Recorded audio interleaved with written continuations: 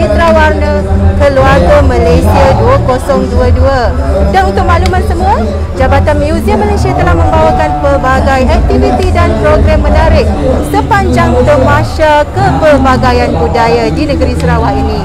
Okey, dan antara salah satu pengisian bagi pameran alat muzik tradisional Malaysia adalah demonstrasi pembuatan alat muzik masyarakat orang asli iaitu pensol. Dan bersama-sama kami dibawakan khas Saudara Sahli ataupun dikenali dengan Bah Bola, dan beliau merupakan antara masyarakat orang asli yang popular dengan kepandaiannya membuat peralatan muzik bagi masyarakat orang asli. Okey, Cik Sani, untuk hari ini kita nak tunjukkan kepada para pelawat dan para penonton yang sedang menonton secara live demonstrasi pembuatan alat muzik pensol. Okey, baiklah. Kalau selalunya kita untuk buat sesuatu benda tu kita perlukan bahannya terlebih dahulu, ya. Kalau betul. Untuk macam kita nak buat pensol ni kan, apa yang kita perlukan sebagai bahan utama untuk kita buat alat muzik ni? Okey. Sebagai sedia maklum, terima kasih kepada Jabatan Museum Malaysia lah yang berbahagia Datuk, TKP, pengarah bahagian dan juga pegawai pengiring saya dan pegawai yang amat yang saya hormati sekalian lah.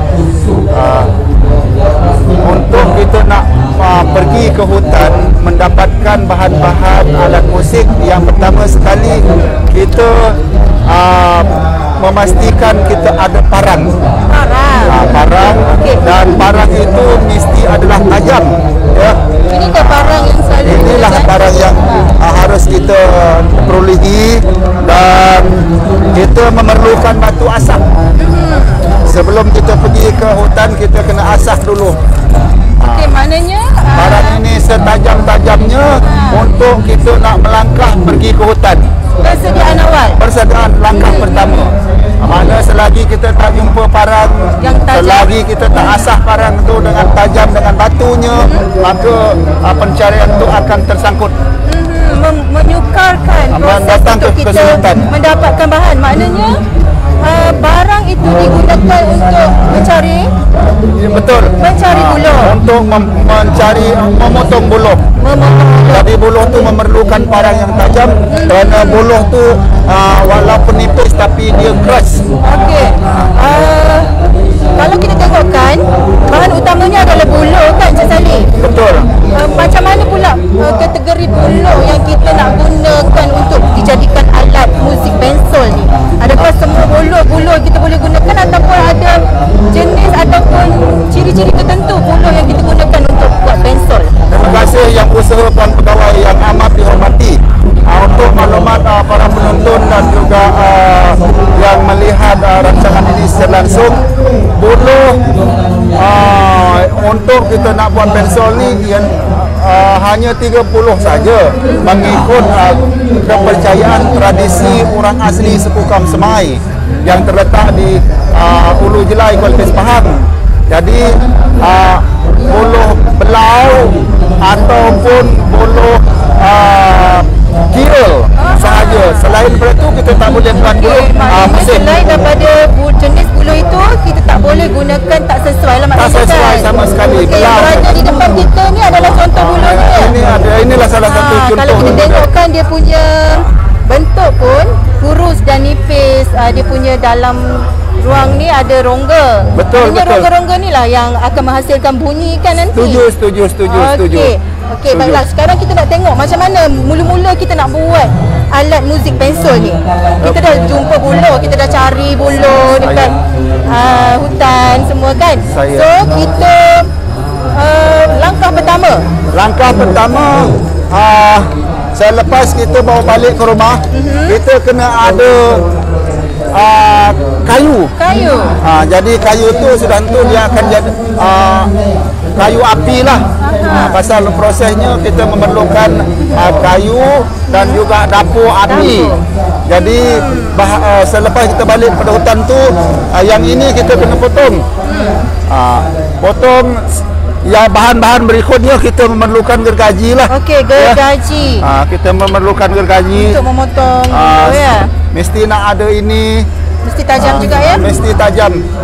Mata gergaji kita dah potong ini dah. Okey. Dah putus. Maknanya kita potong, kita kena ambil yang ruas ni. Ruas dan kita kena pusing balik. Kena ambil belah atas. Oh, maknanya bukan di sebelah dalam tapi di sebelah luar sini. Jadi kita kena ambil belah atas ni. Kita jangan potong ini. Okey, okey. Kalau potong belah bawah tak jadi. Jadi kita ambil belah ruas atas. Baru kita akan perolehi ini. Okey, ini dia. Selepas dipotong, selepas dipotong ruas yang diperlukan hasilnya begini. Maknanya dia akan jadi satu batang buluh yang hasilnya begini selepas dipotong. Okey, seterusnya proses yang harus kita ialah mengukur. Okey, mengukur. Setidak-tidaknya satu stir gini. Okey, itu uniknya ya para penonton. Bagi masyarakat orang asli, mereka tidak menggunakan ukuran yang kebiasaannya kita gunakan, tapi menggunakan tangan sebagai ukuran. Maknanya Cik Sali gunakan satu stir untuk saya dan kepada yang kurang tu dia tambah lagi sejengkal tangan. Okey, maknanya satu ruas ni dan tambah lagi satu jengkal. Satu jengkal. Jadi selepas kita potong depan dan belakang ialah proses untuk layukan buluh tersebut. Okey, itu yang kita perlukan. Yang kita perlukan untuk nak dapatkan seperti ini. Okey, maknanya kita layu menggunakan api. Layukan api keringkan dia. Untuk keringkan dia. Jadi sebelum kita tebuk, yang usaha puan pegawai kena layu dulu ni. Ni kena layu dulu. Kena layu, buangkan api dia untuk mengelakkan bubuk, untuk puan pegawai nak mengelakkan daripada dia kecut. Dan ingin mendapatkan hasil bunyi yang begitu nyaring sekali. Itu sebab dia kita kena layu. Ada sebabnya, bukan saja kita layu. Bukan saja-saja Maria, kita nak dapatkan kualiti bunyi yang begitu unik dan sedap didengar oleh hala telinga. Maknanya kita perlulah melalui proses-proses yang seperti mana Cik Sali buat. Betul puan pegawai, betul. Dan selepas kita layu, bahan-bahan berikut kita kena ada sejenis besi yang tajam kepalanya lah. Okey, ini alat untuk menebuk. Jadi kita tak boleh drill dengan benda lain. Tak boleh suka-suka. Maknanya untuk tebuk lubang tu. Puan pegawai kena bakar besi tu sehingga warna merah. Okey, besi pun kena bakar. Kena bakar dengan api dulu. Dan besi yang akan digunakan untuk menebuk lubang-lubang pensel yang berada di depan saya ni pun perlu dilayu dahulu. Ya. Setuju. Okey, seterusnya? Setelah kita bakar, untuk maklumat para penonton dan juga puan pegawai selaku pengacara yang amat dihormati, satu lubang ke satu lubang kita kena ada 3 jari. Jadi tak tahulah berapa inci dia punya jari tu. Okey, maknanya tebuk daripada satu ke satu mesti 3 jari. Okey, contohlah. Ini adalah lubang-lubang pensel. Dari satu lubang ke satu lubang kita menggunakan ukuran 3 jari. Betul. Jari saya 3 jari. 3 jari. 3 jari lagi. Betul. Dan 3 jari lagi. Betul. Dan okey, berapa lubang yang kita perlu tebuk?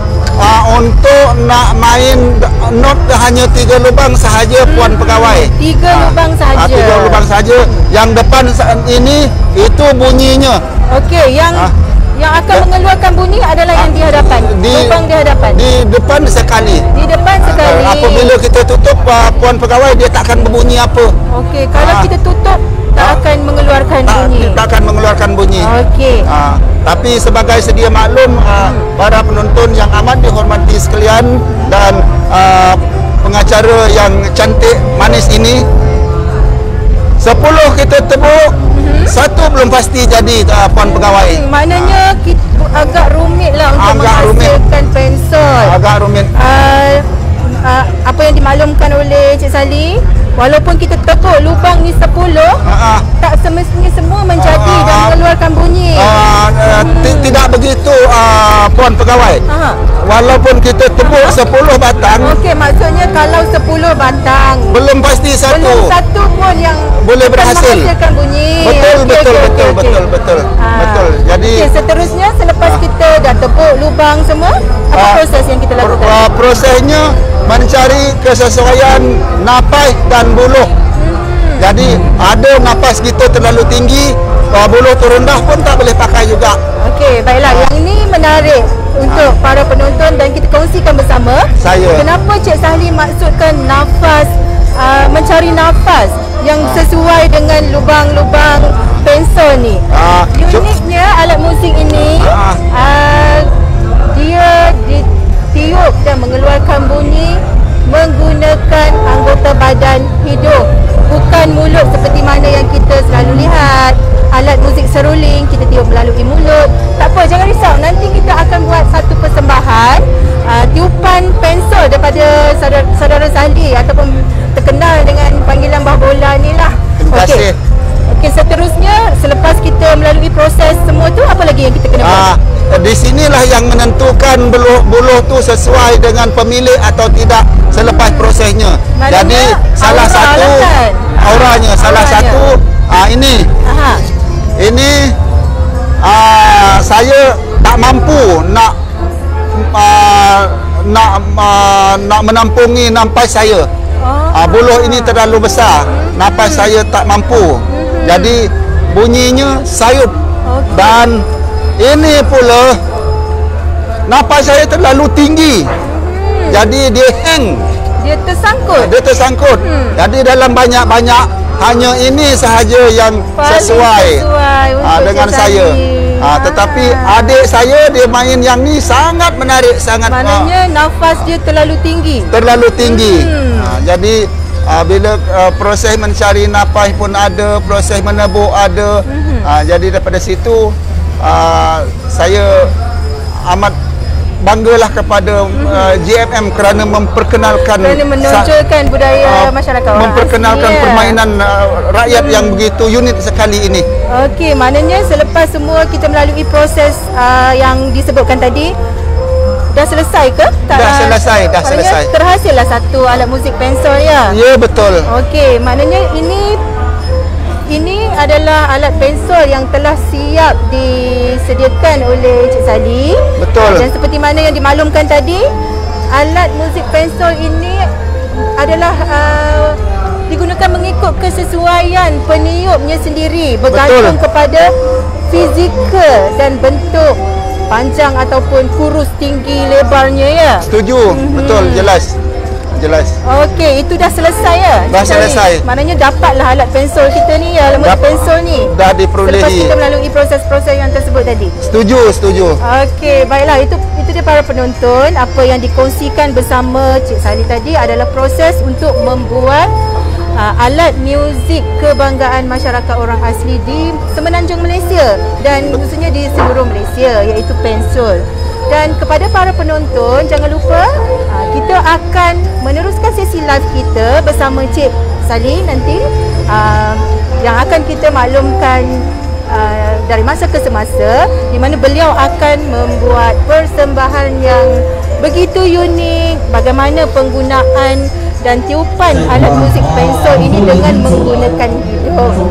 Okey, Sali, kita pun rasanya dah tunjukkan kepada para penonton. Nanti kita buat satu show persembahan khas pula untuk para penonton lihat sendiri bagaimana keunikan bunyi yang dikeluarkan daripada alat muzik ini. Okey, baiklah para penonton, jangan lupa untuk mengikuti pelbagai lagi aktiviti dan program yang dianjurkan oleh Jabatan Muzik Malaysia sempena program Cerita Warna Keluarga Malaysia 2022 daripada yang bersiaran secara langsung dari Sarawak Bumi ke Dalam. Okey, baiklah, kita nak tinggalkan para penonton dengan tagline kita. Betul, boleh. Museum kita, tamadun kita. Bye. Bye.